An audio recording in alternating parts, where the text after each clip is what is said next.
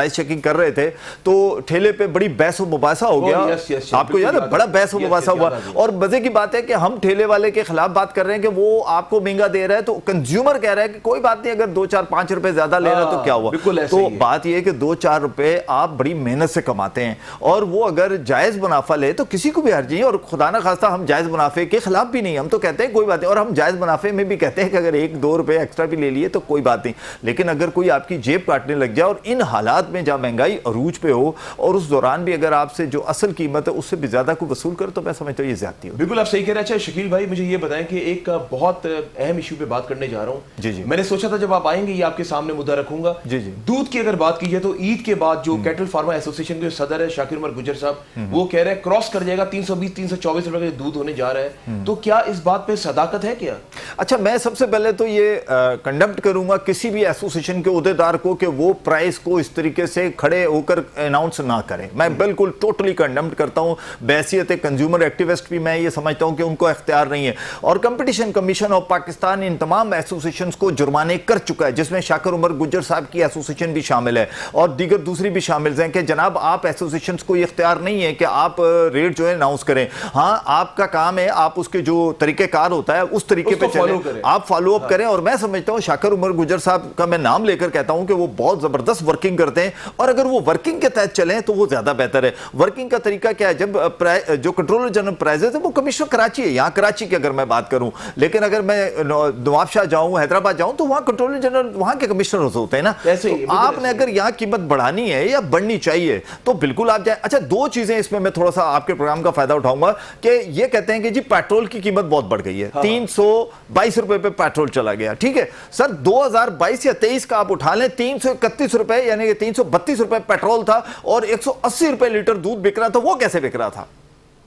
تو ابھی مجھے یہ بتائیں نا, جو عید کے بعد آوازیں آ رہی ہیں تو یہ تو عوام کی اور مزید چیخیں نکل جائیں گی سر. جب 200 کون دودھ پیے اچھا نہیں پیے گا تو پھر کیا کریں گے؟ انہی کا کاروبار خراب ہوگا نا. لوگ پاؤڈر کا دودھ خریدیں گے, فل کریم جا کے جوڑیا بازار سے خرید کے لے آئیں گے, دکان سے خرید کے لے آئیں گے. تو بات یہ کہ آپ اپنے کوشش کریں. آپ دیکھیں, ہم سمجھ سکتے ہیں کہ ان کے ساتھ ہوں گے مسائل, میں اس پہ کبھی اختلاف نہیں کرتا, ان کا بزنس ہے وہ بہتر سمجھتے ہیں, لیکن یہ کوئی طریقہ نہیں ہوتا. آپ ایک 100 روپے 150 روپے بڑھانے کی بات کرتے ہیں, اور پھر مجھے پتا ہے کہ جب پچھلی دفعہ 340 روپے کا یہ ریٹ لے کر آئے تھے, پورے اخبارات میں تھا کہ 300 روپے ہم لے کے جائیں گے.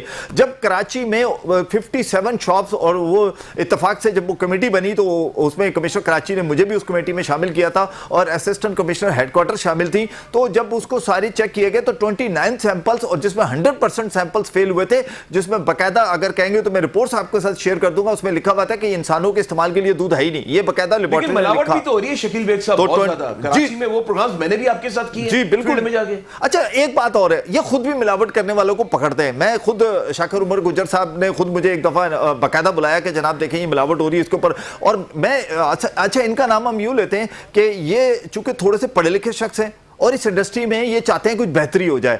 تو اگر بہتری ہو جائے تو میں کہتا ہوں یہ جتنی بھی 3-4 ان کی جو بنی ہوئی ہیں تنظیمیں, آرگنائزیشن جو بھی ہیں, ان کو ایک اپنا پلیٹ فارم بنا لینا چاہیے. اس پلیٹ فارم پہ بیٹھ کر سب سے بڑی بات یہ, آپ مجھے بتائیں یہ گوبر ضائع ہو رہا ہے سر, آپ اس کو استعمال کر سکتے ہیں. اس کے علاوہ اور بہت ساری پروڈکٹس بن سکتی ہیں. آپ ڈائریکٹ جو دودھ سیل کر رہے ہیں, آپ اس کے اندر ایک کریم کا بیٹھ کے آپ ایک فارمولہ طے کر رہے ہیں کہ اتنا % کریم دینا, باقی آپ کریم بے شک علیحدہ کر دیں, لیکن کنزیومر کو دودھ سستا کر دیں. آپ اگر 6% کی آپ فیٹ, جو کہ شروع سے چلتا ہوا آ رہا ہے, چونکہ میں جب اس میں آیا ہوں اس کمیٹی میں تو 2012 میں, یہ سب کمیٹی کے ممبر بھی تو ہیں جو کمشنر کراچی صاحب کی. جی بالکل ہوں, اور پرائز ایڈوائزری کمیٹی میں بھی ہوں. تو وہ اس میں 6% کی طے ہے کہ جناب اتنی ہونی ہے. اگر آپ اس کو تھوڑا سا بیٹھ کر اگر کوئی ڈسکس کرنا چاہتے ہیں کریں, لیکن کنزیومر کو دودھ مہنگا نہ کریں. میں اس چیز کی استدعا کروں گا. ہوگا کچھ نہیں, ہوگا یہ کہ لوگ جو ہے نا وہ آپ کے دودھ سے ہٹ کر وہ دوسرے دودھ کی طرف چلے جائیں گے. بات یہ ہے کہ میں ظاہر بات کر رہا ہوں, میں لیکوڈ ملک کی بات کر رہا ہوں, کھلے دودھ کی بات کر رہا ہوں. جو اپر کلاس ہے وہ تو پی لیں گے, وہ تو ابھی مڈل کلاس ہے وہ بھی سروائیو کر ہی لیں گے, سسٹین کر لیں گے. لیکن جو لوور کلاس ہے نا, وہ شاید اپنے بچوں کو دکھائیں گے کہ بیٹا یہ سفید کلر کا دودھ صرف دیکھو. یہ معاملات ہے, کیونکہ دیکھیں آنے والے وقتوں میں آپ کو بھی مزید اس پہ آواز اٹھانی ہوگی, ہمیں اپنا اہم کردار ادا کرنا ہوگا, میڈیا والوں کو بھی. اس کے علاوہ جو دودھ کی اگر بات کی جائے, یہ جو ایسوسیشنز بنی ہوئی, آپ نے بہت پیاری بات کی کہ ان کو چاہیے کہ اس طرح ریٹس مت کوٹ گئی، تو کمشنر کراچی کی ذمہ داری ہے. اچھا، یہ بہت اہم آپ نے بات کی ہے. اچھا، اس میں ایک چیز اور تھوڑا سا میں بتانا چاہوں گا کہ دیکھیں جہاں دودھ کی ہم بات کرتے ہیں وہاں سب سے زیادہ شہر کراچی میں آپ کو پینے کا پانی کا بہت بڑا مسئلہ ہے. بالکل ایسے ہی ہے، بالکل ایسے ہی، سو ٹرو. پانی کا. اچھا، جبکہ آپ یہ دیکھیں انٹرنیشنلی بھی اگر ہم دیکھیں تو وہ کہتے ہیں کہ سیف پروڈکٹ کانفیڈنٹ کنزیومر کہتے ہیں نا سر، یہ دو تھیم ہے. اچھا مجھے آپ بتائیں اس تھیم کے اوپر پانی کے اوپر بھی عمل نہیں کیا جا رہا. اب یہ کس کا کام ہے اس کے اوپر عمل کرانا؟ اس اتھارٹی کا کام ہے جس کو ڈومین ہے کہ یہ چیز آپ لوگوں کو انشور کریں گے کہ اس کو پانی گلی گلی کوچوں میں پانی کے پلانٹ لگے ہوئے، ان پانی کے پلانٹس کے اوپر جو پانی بکتا ہے وہ فلٹر سے بھی نہیں گزارا ہوا ہے، وہ جسٹ ایک ٹینکی ہے. اتھارٹی کا کام ہے نا شکیل سر، وہ کریں نا، ہم ان کا ساتھ دینے کے لیے تیار ہیں، وہ کریں تو صحیح.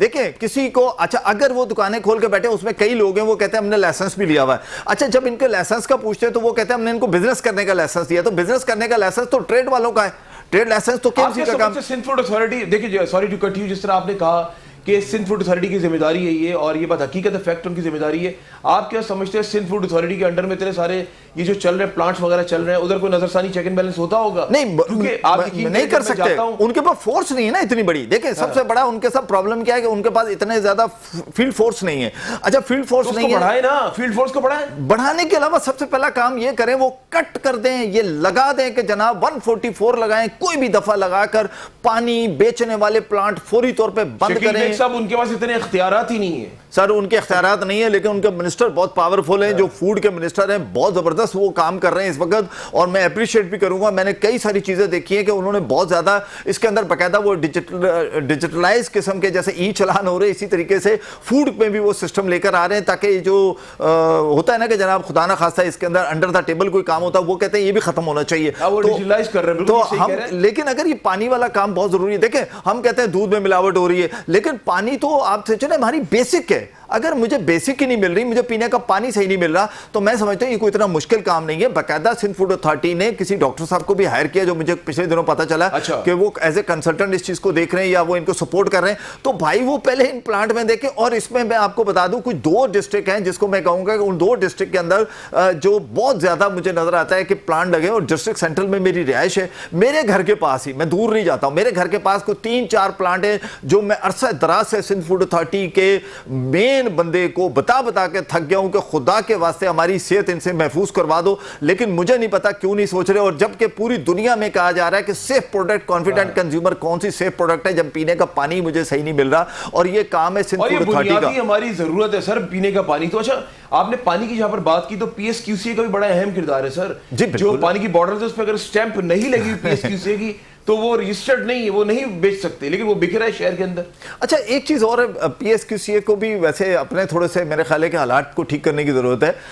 وجہ یہ ہے کہ PSQCA میں بھی جو میں دیکھ رہا ہوں کہ اس وقت اگر لیبارٹریاں یہ جگہ جگہ جو پلانٹ کھل گئے تو جب لائسنس کی بات کرتے ہیں تو وہ کہتے ہیں جی ہمارا کام ہے صرف بزنس کرنے کا لائسنس دینا اور ان کو پانی کا لائسنس دینا PSQCA کا کام ہے. اور یہ باقاعدہ آنریبل عدالت کے سامنے بھی ہوا تھا کہ PSQCA ان کو لائسنس دے گی. لیکن PSQCA کہتے ہیں جی ہم تب لائسنس دیں گے جب ان کی لیب ہوگی. تو لیب کہاں سے بن سکتی ہے؟ اگر ایک 10x10 کی دکان ہے اس میں لیب تو بن ہی نہیں سکتی. اور ایک بہت بڑا پلانٹ کے کر کے نام ہے، وہ شہر کراچی میں اتنی ساری دکانیں کھول کے بیٹھے ہوئے، ایک میں بھی ان کی لیب نہیں ہے. پھر ان کو کہا گیا کہ آپ موویبل لیب کے لے کر آئیں، تب بھی وہ لے کر نہیں آتے. میں سمجھتا ہوں کہ جہاں ہم ہر وقت دودھ کے پیچھے پڑے میں ملاوٹ اور سر سب سے پہلے اس پانی کے پیچھے پڑ جائیں. جب تک پانی آپ کو شہریوں کو صحیح نہیں ملے گا. میں ہاسپٹل میں گیا، میں 2 ہاسپٹلوں میں آج سے تقریباً سمجھ لیں رمضان سے شروع ہونے سے پہلے 2 سرکاری اسپتالوں میں ڈاکٹروں سے جا کے ملا. وہ کہتے ہیں سب سے زیادہ جو بیماریاں اس وقت پیدا ہو رہی ہیں شہر کراچی میں پینے والے پانی سے ہو رہی ہیں. وہ کہتے ہیں کڈنی، لیور. پانی کا بڑا اہم کردار ہے. جب ہم پانی پیتے ہماری باڈی میں جاتا ہے، ظاہر اگر وہ پانی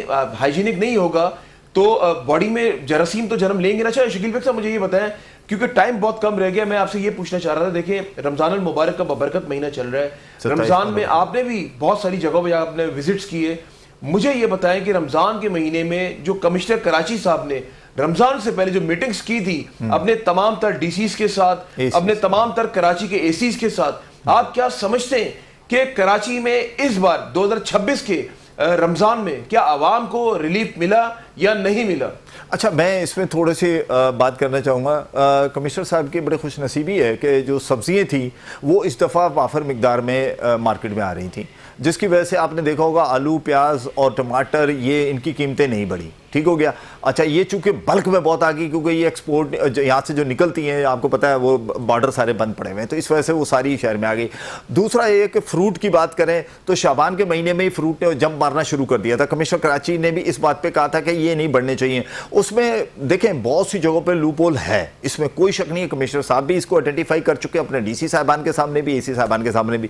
لیکن ایک چیز ہوتی ہے کہ آپ کو پتا ہے کہ ہر سال ہم لوگ بائیکاٹ کر دیتے ہیں. امجد صاحب آپ بھی اس چیز کو جانتے ہیں. لیکن آپ یقین کریں کہ میں نے 2 سال سے بائیکاٹ کرنا بند کر دیا کیونکہ ریزن یہ ہوتا ہے کہ 10 رمضان کے بعد آٹومیٹکلی فروٹ نیچے آنا شروع ہو جاتا ہے. کیونکہ ہوتا یہ کہ کنزیومر جو ہے نا وہ کپڑا خریدنے چلا جاتا ہے, جوتے خریدنے چلا جاتا ہے. تو وہ جو بڑی خوبصورت بات کی آپ نے, حقیقت بات ہے. 10 رمضان کے بعد میں نے بھی دیکھا مارکیٹ سے جو ہے وہ آٹومیٹکلی پھل کی اگر دیکھا جائے پہلے اشرے سے دوسرے اشرے میں سستی ہو گئی ہے. اچھا دوسری بات یہ ہے کہ ایک چیز اور آئی, آپ نے دیکھا ایک نیا فروٹ جو 1-2 سال سے ہمارے یہاں ان ہوا ہے کولاچی کے نام سے. اس نے جو ہے نا اس نے اس کو بڑا سپورٹ کیا خربوزے کو. اچھا دیکھیں خربوزہ کی پیداوار ہونی ہے اپریل میں جا کر. اب یہ جو خربوزہ تھا یہ ڈیفینیٹلی ابھی اس وقت جو آیا ہوا ہے یہ پتہ نہیں سٹورز کا ہے کہاں کا, آئی ڈونٹ نو, مجھے نہیں پتا.